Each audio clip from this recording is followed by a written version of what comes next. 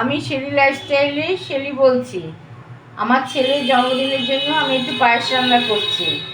এখানে প্রথমে দুধটা আমি জালে বসিয়েছি। দেখো কিভাবে পায়েসটা তৈরি করি। দেখো দুধটা ভালো করে অনেকক্ষণ ফুটালাম। এবার আমি কিছুটা চাল, গোবিন্দভোগ চাল ধুয়ে রেখেছিলাম, সেই চালটা এবার আমি দুধের মধ্যে দিয়ে দিলাম।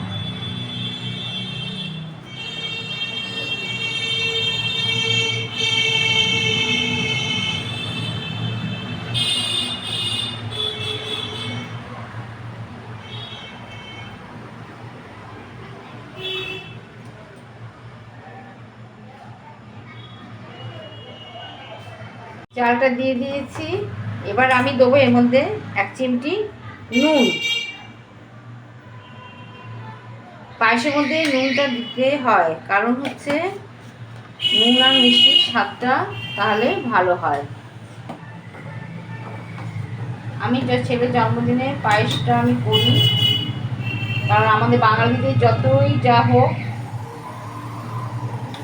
পায়েস হচ্ছে জন্মদিনে একটা শ্রেষ্ঠ জিনিস। জন্মদিনে পায়েসটাই আমাদের করতে লাগে।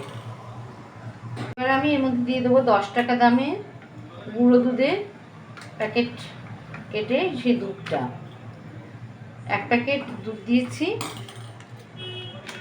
আর একটু দুধ দিয়ে দিয়েছে, 1.5 প্যাকেট, টোটাল 1.5 প্যাকেট দুধ আমি এটার মধ্যে ঢেলে দিলাম।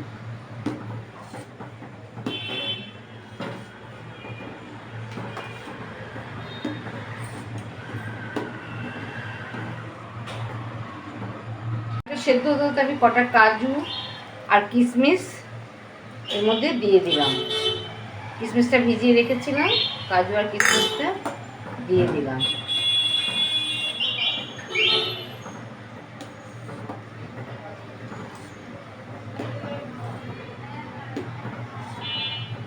এবার চালটা সেদ্ধ হবে।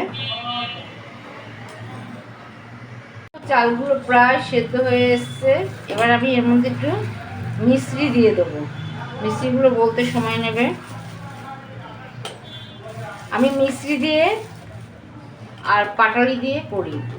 পাটালি আমার ঘরে 12 মাস স্টক থাকে, ফ্রিজে রেখে দিই, কারণ আমার চিনি পায়েস একদম ভালো লাগে না খেতে। মিশ্রি আর পাটালি দিয়ে পায়েস করি, যার জন্য আমার ঘরে পাটালি স্টক সবসময় পাওয়া যায়। ফ্রিজে বেশি করে কিনে আমি রেখে দিই। এবার মিষ্টিটা গলুক, তারপরে পাটালিটা দেবো। দেখো মিষ্টিগুলো সব গলে যাচ্ছে। এবার আমি এর মধ্যে দিয়ে দেবো পাটালি।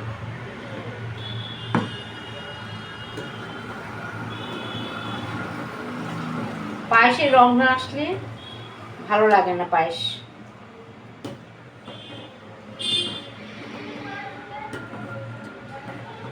গুঁড়ো দুধটা দিলে দুধের সাথে সুন্দর একটা খিরখির ভাব হয়, যার জন্য গুঁড়ো দুধ মিশিয়েছি আমি।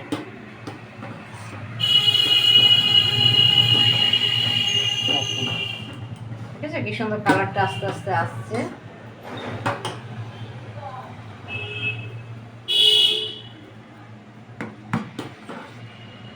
পুরো দুধটা গুলে গেলে কালারটা আরো সুন্দর আসবে। পায়েসটা হয়ে এসছে। এবার আমি গ্যাসটাকে অফ করে দেবো। তৈরি হয়ে গেল আমার ছেলের জন্মদিনের পায়েস। কেমন লাগলো তোমরা বলো। যদি ইউটিউব থেকে দেখো তাহলে একটা সাবস্ক্রাইব করে দিও, আর ফেসবুক থেকে দেখলে ফলো করে দিও। কালারটা দেখেছো?